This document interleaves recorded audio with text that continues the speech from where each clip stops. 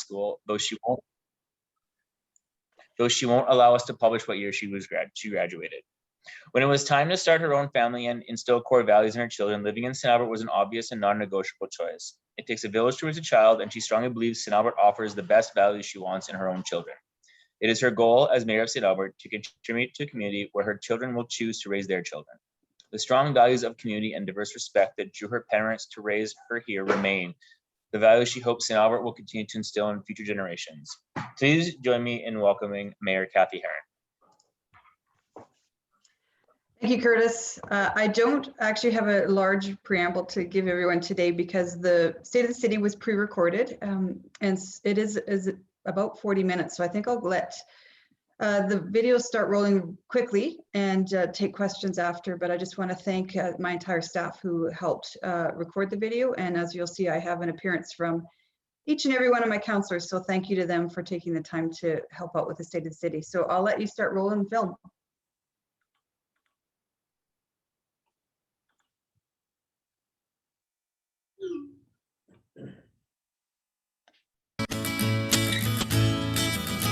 Good afternoon, everyone. Thank you for joining me for the final State of the City of this council's term. I would like to thank the Chamber of Commerce for once again hosting this really important event. We respectfully acknowledge that we are in Treaty 6 territory, traditional lands of the First Nations and Métis people. As treaty people, Indigenous and non-Indigenous, we share the responsibility for stewardship of this beautiful lands. Now, this acknowledgement is even more significant this year in light of recent events in Kamloops and increased recognition of the Indigenous plight. St. Albert continues to walk the path of our Indigenous community members towards reconciliation, a path that we proudly set upon 4 years ago. This State of the City will be a recap of the last 4 years. In 2017, I was extremely fortunate to be elected with a group of smart, dedicated visionaries, a council who is dedicated to the community. Each and every day, I have thanked the electorate for their choices. To start today's State of the City, I'd like to quote myself from 4 years ago. I said, "Collaboration needs to begin with City Council." This past October, residents elected 7 individuals to be their voice at the table of collaboration. The unhealthy negativity has dissipated, making room for confidence and pride. So you might ask, how did this happen? Well, from the very beginning, this council made a commitment to work together, to support each other, and we have held that commitment for 4 years. So Councillors Broadhead, Hughes, Jolly, Mackay, Hanson, and Watkins, my sincere thanks to each of you for your continued commitment to working together. I know it wasn't always easy, but you've been a great example of a collaborative city council. St. Albert has really benefited from your efforts. Now, the role of council is not the day-to-day operations of our city. That's the role of the city manager and a staff of more than 600 people. A good council focuses on the high-level strategic direction and planning of this city. Instead of where, when, and how to fix a road, we build the roadmap for the future of our community. When each side of that coin, council and administration, recognize and embrace their roles, we're able to achieve so very much. To talk more about this, I would like to introduce Councillor Jackie Hanson. Hi everyone, my name is Jackie Hanson, Councillor with the City of St. Albert. Glad to be here with you. When the Mayor asked me to provide a highlight of the last 4 years, it was difficult to pare it down to just one thing. I've been focused on environmental issues, the watershed, EAC, AUMA. I've also been focusing on recreation, Service Place walking track, disc golf, Jerome McGinley Arena. But one of the things I actually ran on 4 years ago was improving governance. I championed the governance review in 2018, which led to the adoption of the new standing committee model. This model has created governance efficiencies by bringing items first to the committee level, which is a little bit more informal, then over to the council meeting.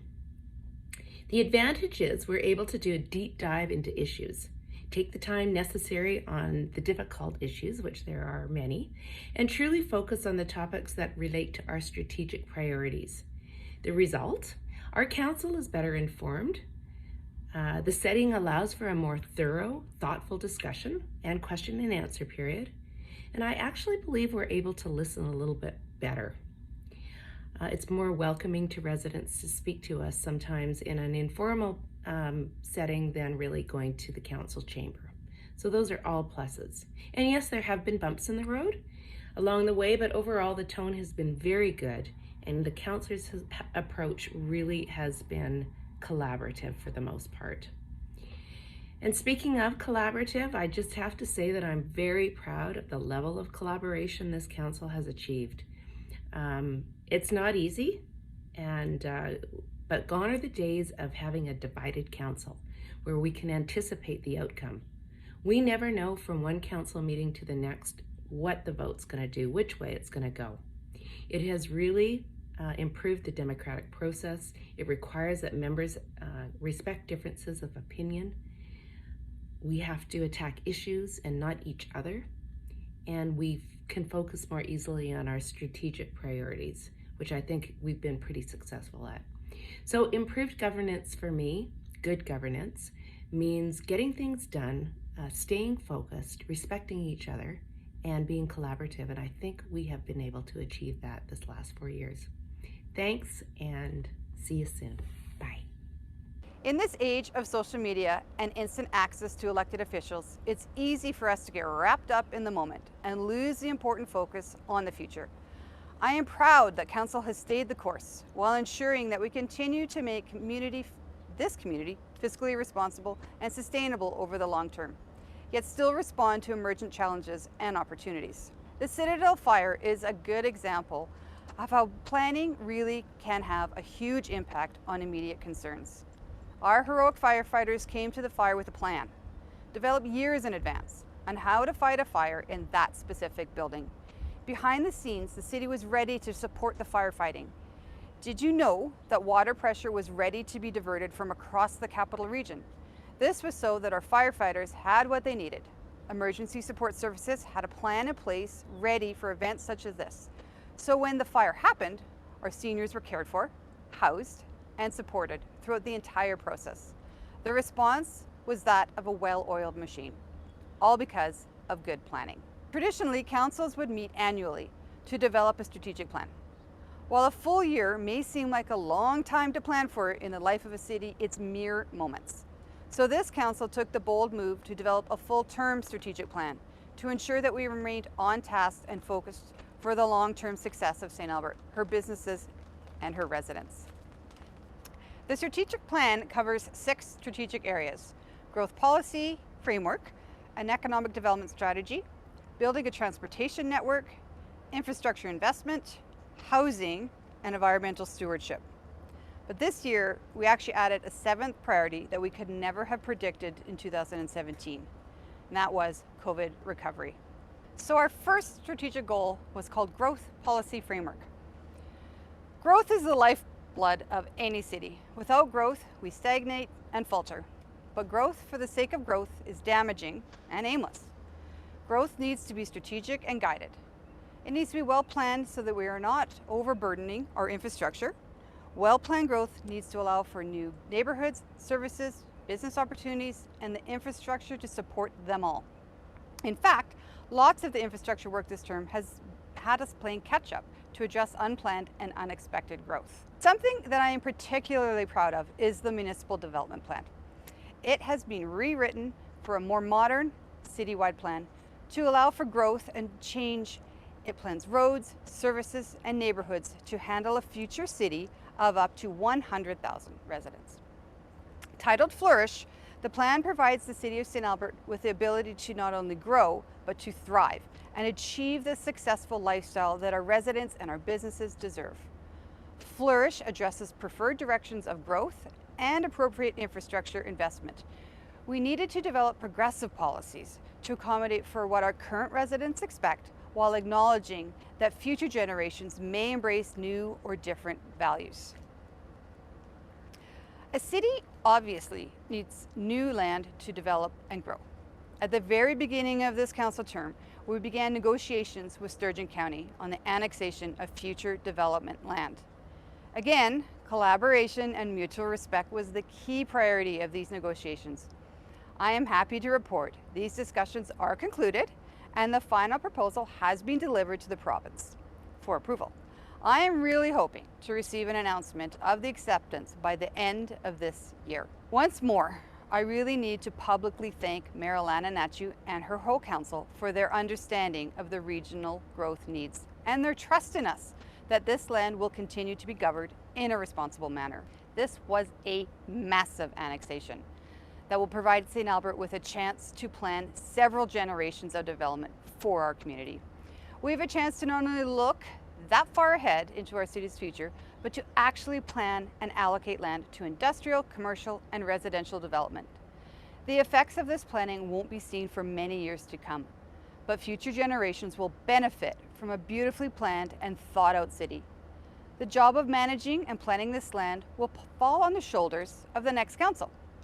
And I encourage every resident of St. Albert and their businesses to participate in what I'm sure will be the most public engagement process in our city's history.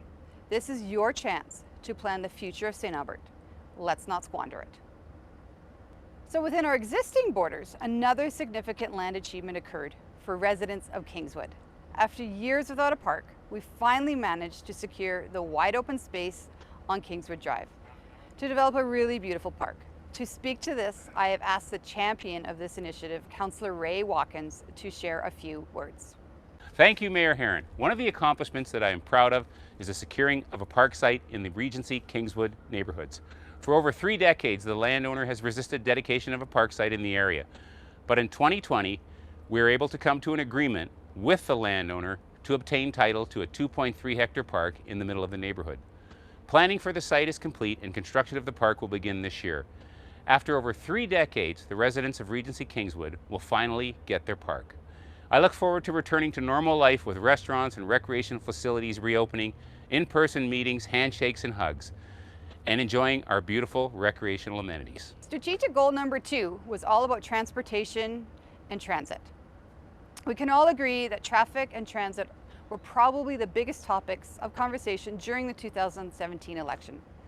St. Albert's residents demanded improvements to an overstressed and underdeveloped system. So of course, we had a strategic priority associated with traffic and transit.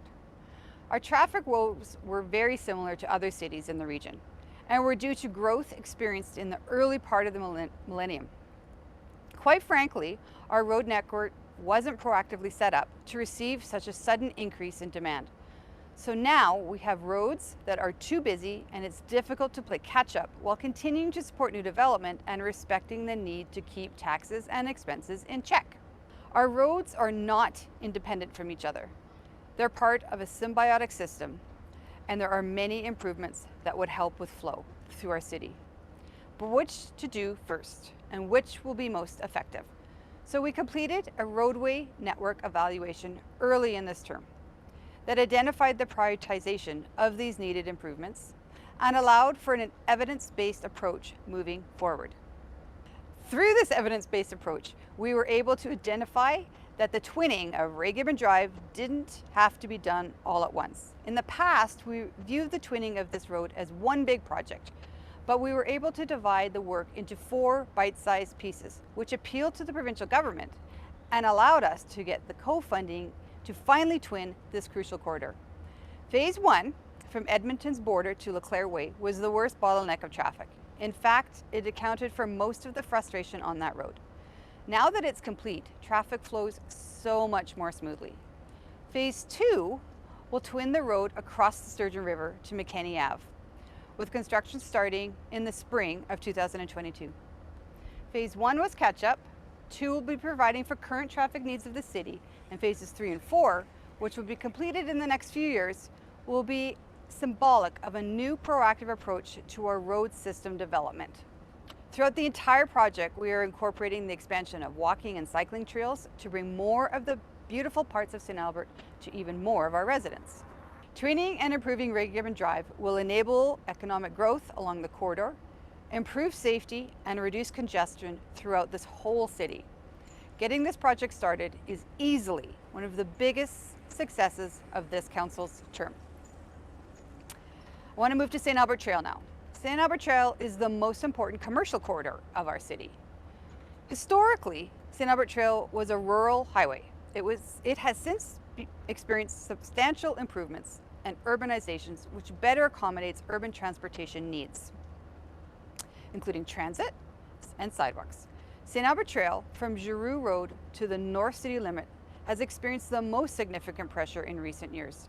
It's no surprise that this area was identified as a major priority in the network evaluation. This is a very big and very expensive project. So we decided it was best to divide funding for these improvements into 3 scheduled phases. Phase 1 was from Boudreau to Coal Mine Road, which is currently under construction. Phase 2 will be Coal Mine Road to Everett Drive. And finally, Phase 3 will be Everett Drive north to Neil Amras Road. This will add another lane in each direction, adding sidewalks and trails, and adding much better turning lanes that can handle more cars. Another part of our system is Intelligent Transportation Systems, or ITS. ITS uses smart technologies to make the most of our existing roads. ITS is a long-term strategy because there's no easy button to make roads efficient, but we are already seeing the benefit of ITS on St. Albert Trail. Another system is being used on Boudreau Road for comparison. These new systems use an adaptive style of signal control in real time to adapt continuously to the needs of the intersection throughout the day. We have expanded its central monitoring system using fiber communications to connect to intersections and allow for remote live monitoring. St. Albert is actually the first municipality in Canada to use this software. The goal of these 2 systems was to assess each individually to select the best system for St. Albert's needs. We needed a full year to properly assess these systems, but thanks to COVID, this has been delayed. Not because of staffing issues, but because of the way our roads are used. During COVID, we have more local destination traffic, fewer commuters into downtown Edmonton, and approximately 7 to 10% fewer cars on the road as a whole. So we have to wait until we get back to normal so we can properly assess traffic patterns. Once assessed and measured, and once our construction projects are done, our roads will be as efficient as possible. They'll never be perfect. They can't be, but they will be a lot better. Furthermore, these projects will be the culmination of our catch-up program. Future roads should be planned proactively for growth, ready for larger volumes, and ready to expand so that future generations don't have the traffic challenges we're facing right now. Congestion in our network has placed some unwanted pressure on neighborhood roadways because drivers seek alternative routes to avoid congestion. This puts our children, our pets, and ourselves at risk. Many actions have been taken to influence traffic safety and reduce collisions. Programs such as Safe Journeys to School and Neighborhood Traffic Calming identify the city's commitment towards traffic safety. There is actually no single answer or action that will solely result in meeting the city's vision for 0 serious injuries or fatalities as a result of motor vehicle collisions, but we are committed. An important aspect of transportation safety is directly associated with speed. This aligns to not only road user behavior and the speed at which they travel, but also the context of how the city's roadways are designed. This term, we conducted an evaluation of all our posted speed limits and made some significant changes.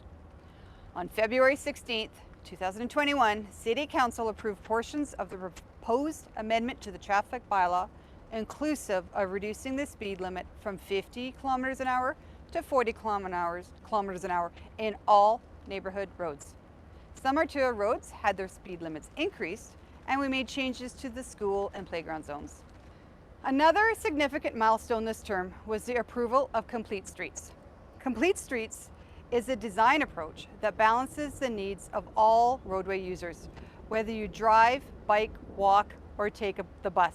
Complete Streets are designed to provide safe, comfortable, and convenient access for all users at all ages. So one way to reduce congestion is to reduce the number of vehicles on the roads. Solution? Public transit. Many advances on this front have occurred this term. Councillor Hughes would like to speak about one of her favorite achievements this term. Thank you, Mayor Heron. I brought forward the motion to provide free local transit service for our youth, to encourage local transit use, and to improve the quality of life of people who often don't have other transportation options, our youth. Providing free local transit for our youth has empowered them to more easily and affordably work and use city facilities. Many lower income families who could not afford school bus passes now have a no-cost solution to get to school on freezing winter days instead of having to walk at -30. The pilot program was so well received, the Council expanded it to include lower income seniors and residents. Many people have expressed how this change has made a difference in the quality of their families' lives, and I'm grateful that Council saw the potential in this initiative and continued it as a permanent program for youth moving forward. Thank you. Hugely significant this term was the final opening of the Naki Park and Ride after 10 years of planning. With recognizable pronunciations of Naki or Nagi and translated from both Cree and Michif languages, meaning stop or stop here. Its parking capacity currently accommodates about 800 vehicles on paved stalls and expandable to 1,600 spaces. This facility also includes a transit center building, public washrooms, bicycle storage facilities, parking for those riders who have special needs, and a pick up and drop off kiss and ride area for commuters. This transportation hub will not only facilitate quick and easy movement between St. Albert, Edmonton, and the rest of the region, but also serve as an integral part of the long-term vision of bringing light rail transit to St. Albert.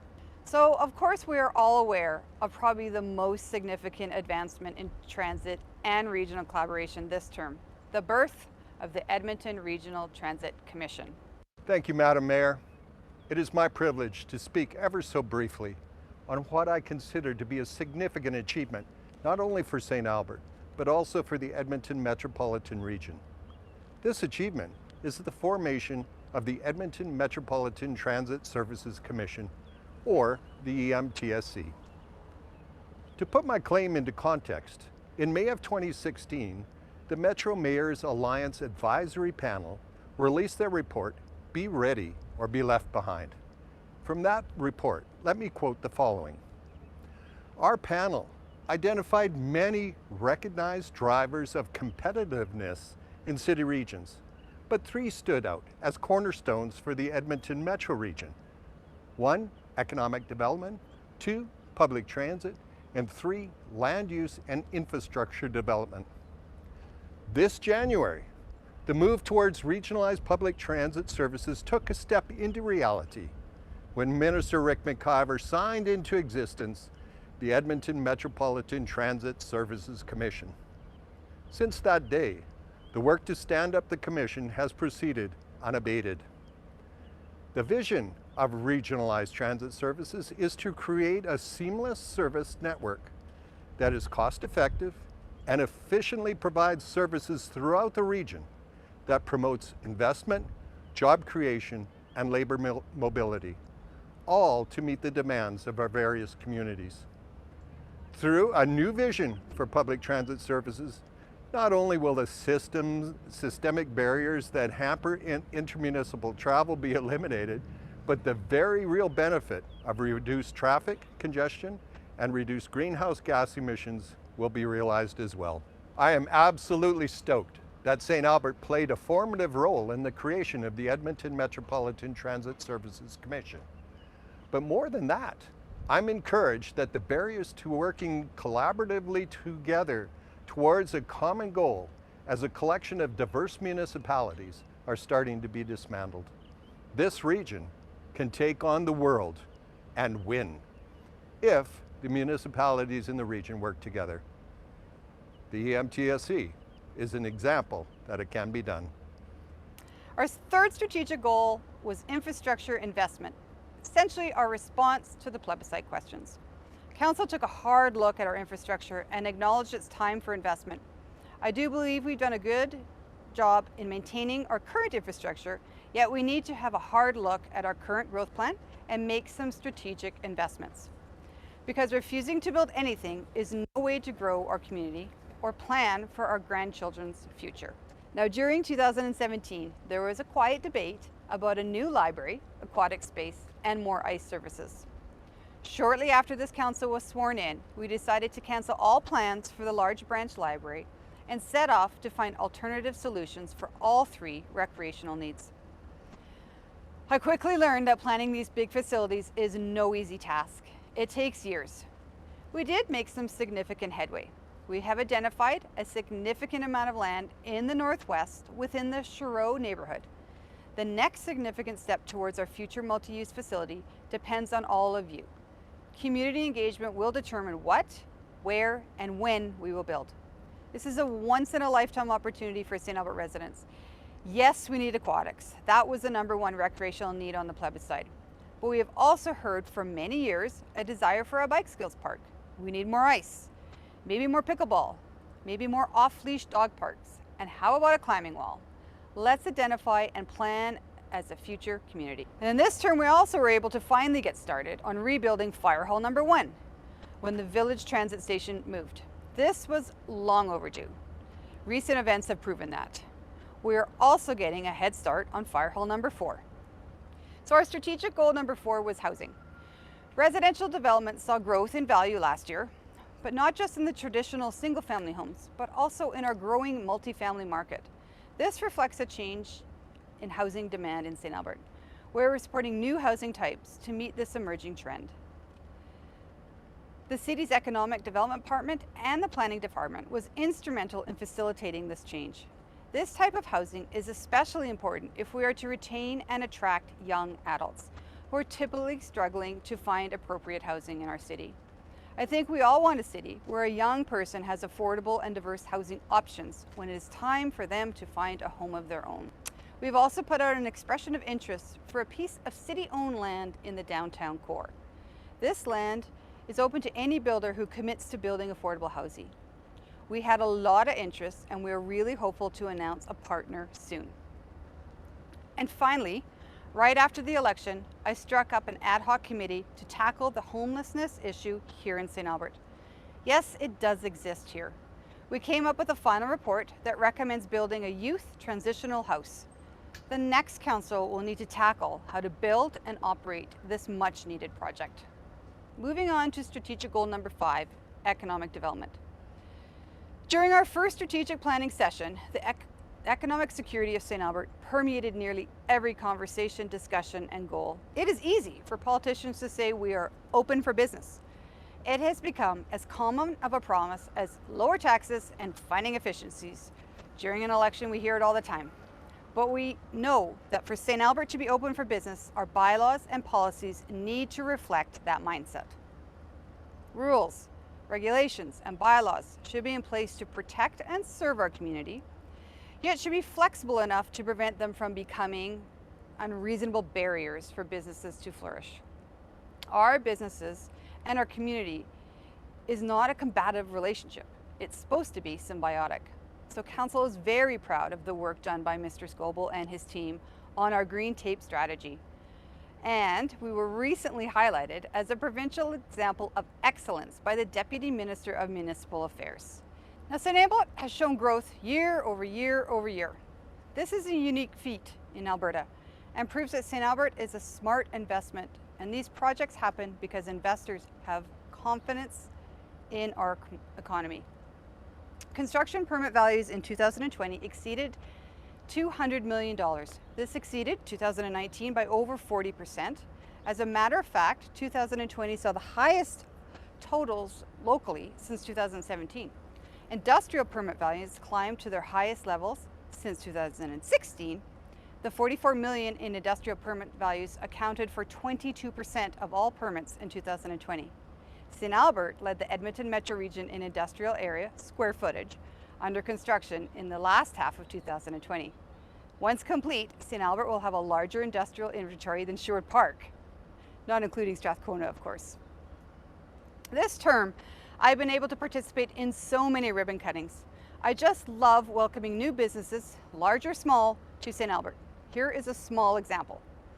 We had Landmark, we had Lowe's, HomeSense, Marshalls, Independent Foods, Old Navy, Bodega, Gypsy Moon Winery, Orion Plastics, Effing Seafoods, Mercado, Perks Nutrition, at least 3 daycares, St. Louis Bar and Grill, Salisbury Greenhouse, Rose and Onk's Hair Company.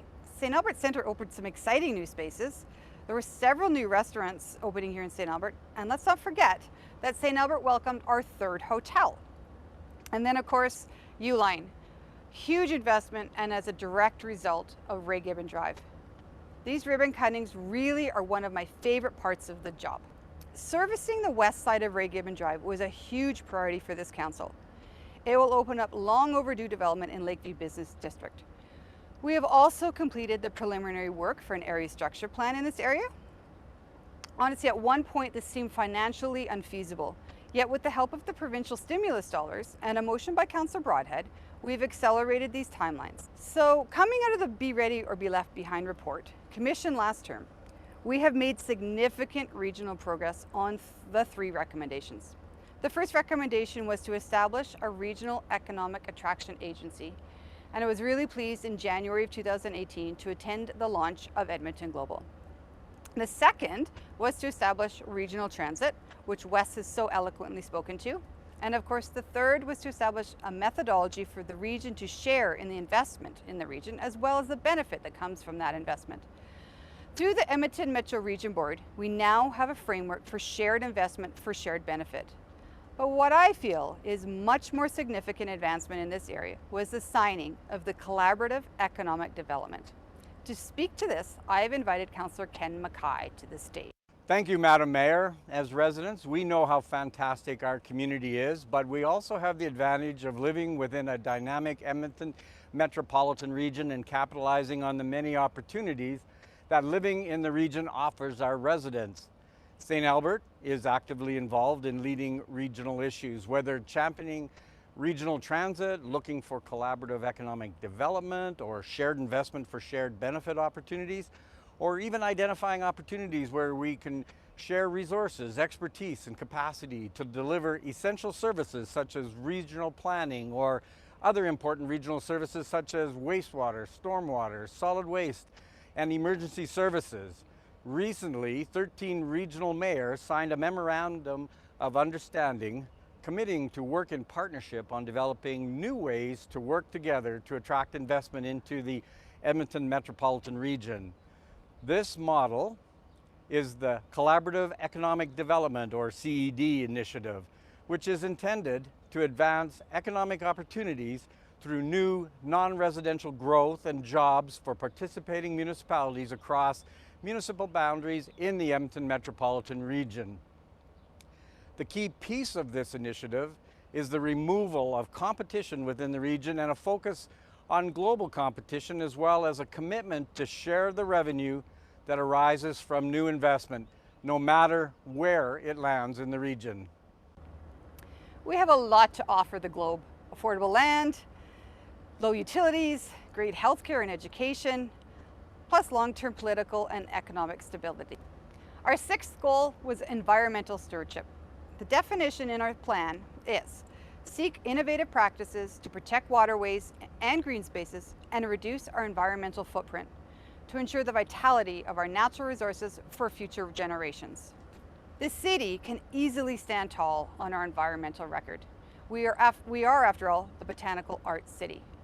Our recent proclamation as one of the world's tree cities is a testament to our commitment. This term, I can point to successes such as Midtown, which will be Canada's first ever built green certified community. Niche Developments, which is where the Blind Pig space was, will be St. Albert's first zero energy building. Just this month, we passed out our Clean Energy Improvement Program, which helps people make energy efficient upgrades to their properties without having to put money down. The cost of the upgrades is recovered through the owner's property taxes. And this fall, a business case will be introduced for a home energy retrofit accelerator. This will help property owners understand their home energy efficiency and provide rebates for upgrades. Solar energy. Long ago, we installed solar panels on our bus barn to charge our famous electric bus fleet. Recently, we completed an installation on our public works facility, and there is an upcoming massive installation on Service Place. The city is actively pursuing a solar farm with the sole purpose of generating clean energy to use as a revenue generation opportunity for the city. But energy transition is as much about the environment as it is about jobs. I've spoken in the past about the 3 pillars of sustainability: Yet now, more than ever, international focus is on ESG, which stands for the environment, social, and governance. This may be a trendy term, but St. Albert is shifting its focus on the 3 pillars of this new international attraction position. Often the environment pillar gets the most attention when it comes to sustainability, and as I have stated above, we are regional leaders. When it comes to the social, there are 4 widely distinguished perceptions of the social pillar: equity, awareness, participation, and social cohesion. Equity refers to the distribution of welfare goods and life chances on a fair basis. Raising public awareness of sustainability issues with the view of encouraging alternative, sustainable consumption patterns and triggering behavioral change is another key concept of the social pillar. Participation is a notion of consultation and refers to the goal of empowering as many social groups as possible to influence the decision-making process. Promoting happiness, well-being, minimizing social strife, reducing crime, promoting health, both mental and physical, combating bullying, and antisocial behavior are some of the elements that define social cohesion. This term has seen a renewed dedication in our relations with the Indigenous community. Simple acts, such as for the very first time flying the Treaty 6 and Métis flags in council chambers, installing new flagpoles to do the same in front of City Hall, and most importantly, we commissioned the Behonen report so we can focus on the municipal calls to action arising from the Truth and Reconciliation report. Now I'd really like to invite Councillor Jolly to speak briefly about our commitment to the LGBTQ community. Thank you, Mayor Heron. St. Albert Council's unanimous decision to approve a prohibition on conversion therapy was a display of our community's commitment to create a safe and welcoming environment. As the first municipality in Alberta to give direction to enact this ban, we channeled the strength of our community members to lead the charge against this horrific practice. And our leadership has since been replicated in municipalities across the province and through action at the federal level to protect all Canadians. Championing this motion was a risk because we didn't know what kind of pushback there would be from those who don't understand the harm caused by this discredited practice. But the overwhelming support of our residents, the outstanding efforts of our staff to research and craft a bylaw that is meaningful, and the unanimous support of City Council was a resounding endorsement. St. Albert's leadership in taking action against discrimination and harm make me proud as a resident of the City of St. Albert. Our actions to prohibit conversion therapy are a part of St. Albert's legacy, and I feel tremendous pride that St. Albert championed this change. The social consciousness of this community is rock solid. So COVID has inflicted immense societal and economic hardship, often in ways we could not have predicted.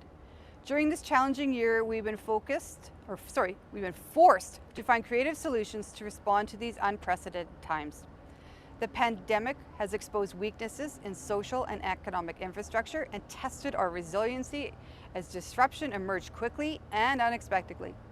The aftershocks are far-reaching, yet the pandemic has also been a catalyst for change. It has accelerated the reliance on technology, smart innovation, and e-commerce. The expectation of residents have also been transformed, and how we work and live is being redefined. I hope everyone has a sense of how hard your city has worked for you.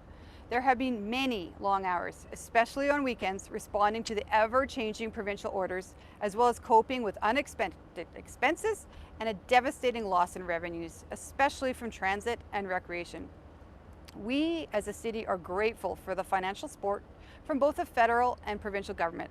And this council is so very grateful for the efforts of our staff to overcome the predicted deficit and finding creative ways to move us closer to fiscal sustainability.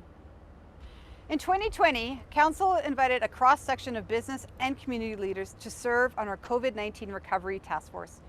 This group provides us with valuable insight to help build our economic and social resiliency. The task force has been mandated to provide recommendations to Council focusing on ways the city can assist residents, community partners, and businesses to recover from the impacts of COVID-19. The final report will be delivered this August. In this era of dramatic, rampant, and incessant change, predictions about the future can no longer be based on historical precedent. We are, after all, in the middle of a paradigm shift. Quite simply, our past experiences can no longer serve as guideposts for the future. Think for a second about working from home, virtual meetings, online shopping, curbside pickup, autonomous cars, smart drones, cryptocurrency. When we had a Blockbuster in St. Albert, these ideas were only found in the science fiction section, yet they're quickly becoming a reality. City Council, together with the City Manager, are ready to embrace this new way of doing business. We are open to new ideas, innovation, and willing to do something different if it benefits St. Albert. Change is really the only constant. So in conclusion, strategic planning is about making the best use of resources, about providing clear direction to our administration, and about being open and transparent with you, the citizens, while at the same time aligning our plan with the vision developed by our community. We believe that the priority within this plan will continue to create meaningful differences in our city. St. Albert is unconventional, and we are confident. We have built something really special and significant on the beautiful banks of the Sturgeon River. This council did their very best to set the next council up for success, as we were always future focused. Once again, I really need to thank Wes, Sheena, Ken, Ray, Jackie, and Natalie. Working with you all has taught me so much about teamwork, collaboration, and leadership. I depended on each and every one of you, and you never let me down. The past 4 years have been an amazing honor. I truly love this city. I also must take a moment to thank Kevin Scoble and his staff. He has been a rock for our council, not only during an unprecedented pandemic, but also as an idea creator to push St. Albert into a position of a municipal leader. And finally, I want to thank my family. This job is like no other, one that requires enormous family support.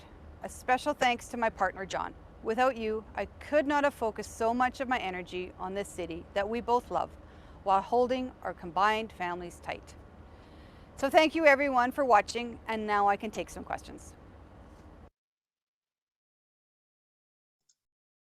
Thank you, Mayor Heron. The mayor has graciously agreed to answer a few questions that our business community has submitted. If you have any additional questions, please submit them within the chat box. It's now my pleasure to welcome Shauna Randolph, a member of our chamber board, but also the owner of Shauna Randolph Communications. Shauna is a highly respected and trusted communications specialist with an extensive array of experience, knowledge, and invaluable skills needed to be an exceptional consultant. Thank you, Shauna, for joining us today. I'll turn it to you, ladies. Thank you very much, Curtis. Appreciate that. And I'm just honored to be asked again to take part in this part of this event, the Q&A session. I recall last time back in the fall, Mayor Heron and I were on the stage of the Arden Theater, and it was more like a TV talk show kind of format, and this time, of course, virtual, and it's fitting because a lot of interview shows, that kind of thing these days are very virtual. So I know I don't have a lot of time. We do have a few questions, as Curtis mentioned, that were submitted from the business community, and then we'll see if any other ones pop up here. Okay, hello, Mayor Heron, nice to see you virtually. Yes, it's not as much fun as last year, but I'm glad to be here. Yeah, I agree. Me too. Okay, first one here is, well, first of all, you nicely outlined in your video the recap of the last 4 years. These are questions about things happening right now. And of course, COVID, of course, top of mind. So the first one here, as a result of the COVID pandemic, people have been encouraged to work from home. In some cases, some employees are refusing to return to the workplace as things have been opening up more. New home businesses are being started. Now, the question with all of this is there a review by the city as to what is permissible to be conducted from and in the home? So for example, can a moving company operate from home? Can an automotive repair operate from home? Shauna, that would actually not be a municipal question, to tell you the truth. I know the city staff are going to be approaching return to work in somewhat of a hybrid fashion. But questions such as automotive or moving companies, because this has always been, and it's always been our position throughout the whole pandemic, that this is a provincial matter because it's health related, those questions need to be directed to the province. Okay, obviously concern though, you can appreciate from people that have these businesses. What would you say to someone who is concerned about returning to the workplace? My biggest message has always been the solution to this pandemic is get a vaccination.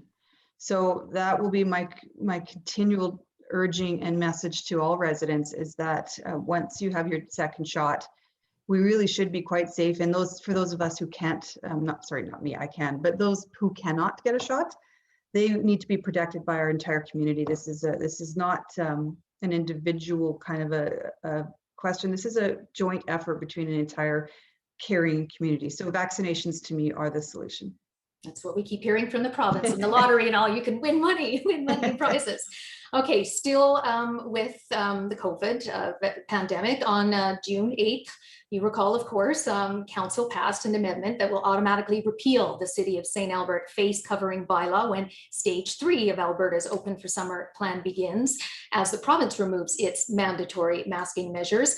Now, the question here, repealing the bylaw simultaneously as the province lifts its masking requirements eliminates any confusion for residents from this person that submitted it, businesses, visitors, as to what the rules are. So why is the City of St. Albert prepared to automatically repeal the face coverings bylaw in stage 3 when the City of Edmonton is extended through the summer months? Will this not cause more confusion for the phase that for those who work, live, and shop in both cities? So Edmonton, St. Albert going back and forth. Right. Again, I'll default back to we follow the provincial recommendations. And so if the province is recommending no masks in phase 3, then we're following their advice. This has always been a request of every mayor in this province, was to have some sort of coordination across the province. And I can tell you quite right now that Mayor Iveson and myself did not have a conversation about the masking issue ahead of our decisions. And whether it would have been preferable or not, we don't have a regional response to this. And so, yes, it might be confusing between Edmonton and St. Albert, but the rest of the region, from what I understand, their masking bylaws are all expiring as well. So it's really just the 2 big cities that are keeping them. Okay, I only have a few minutes left here. We need to really talk about something that people are seeing all over the city. I'm talking about barricades. You mentioned briefly in your video, of course, what has been done, and we're talking about the third part, the phases underway and that sort of thing. Okay, let's talk though about the construction projects right now that are happening. 3-part question. Will we see this much going on all over all summer? Why do we need to have so much going on at one time? And are the projects on budget so far? So, you know, this is always an interesting conversation. Isn't there a saying that there's only, there's 4 seasons, fall, winter, spring, and construction. So we do live in a climate that really has a small window for construction projects to be done. And I've been driving around and I can't turn down a street without seeing barricades myself. Some of them are city-led, you know, intersection changes, the downtown, et cetera, Firehall 1, St. Albert Trail, but lots of these are also privately run. So there's the niche developments at the corner of St. Anne and St. Albert Trail. So there's a combination of private and public going on. My message to residents on this front has been, it's frustrating, I get that. And I can see that there appears to be no planning or coordination, but there actually is an enormous amount of planning behind the scenes. So there was frustration with Parent Street. We accelerated that project in order to have it complete. It should be complete by June 25th to time up with phase 3. So we didn't want to be doing construction when we entered into phase 3, when the restaurants can be fully open, when the shops are fully open, when people could be outside much more freely. So it's frustrating as is, we actually planned that to coordinate with phase 3, but we had to do it. And then, you know, there's, for me, it's a sign of a good economy when we have construction. This city can afford to take care of our infrastructure. I said it in the State of the City, we don't let it crumble. We keep it at a top notch because that's what St. Albert residents expect. They don't want potholes, et cetera. So it's a sign of a really good economy that we can afford it, and it's job creation, and it's a sign of rebound from the pandemic in many ways. So a lot of the projects were planned to because the traffic on the roads have been reduced because of COVID. So it's frustrating, and I apologize to residents that there's short-term delays, but in the long term, all of these projects are going to be to your benefit. And as for the on budget question, I'm not exactly sure. Historically, St. Albert's construction and all capital projects come in below budget. We'll have one or two, maybe a little over, but most of them fall under significantly. So we have a well-managed engineering department and get things in on budget. So, and there will be more construction all summer long, especially on St. Albert Trail, because that's a big project. So leave about 10, 15 minutes earlier than you normally do, and then you'll be okay with it in the short term. Probably, yeah. Okay, I need to wrap up, but one more question. I know this is on a lot of people's minds. We've heard from some of your other council colleagues, whether they're going to be running in the next fall election. Here's the question. Will you be seeking another term as mayor of St. Albert? Can you say today? I can't say today. I will just say that, you know, in the next couple of weeks, I'd like to make some announcements. The problem is, and I've been consistent with this, is as soon as, especially the mayor announces yes or no to running in re-election, you start into election mode. And this council and this city still has a lot of work to do in the next couple of months before the election. And I don't want any of us to get distracted with election talk and electioneering and campaigning. So probably before we go on our summer break, I will make some announcements, but I appreciate the constant question, and I'll let everyone know soon. Okay, wonderful. Thank you for your time. I'll wrap that up, and Curtis, back to you. Thank you, Shauna and Cathy, Madam Mayor, for that.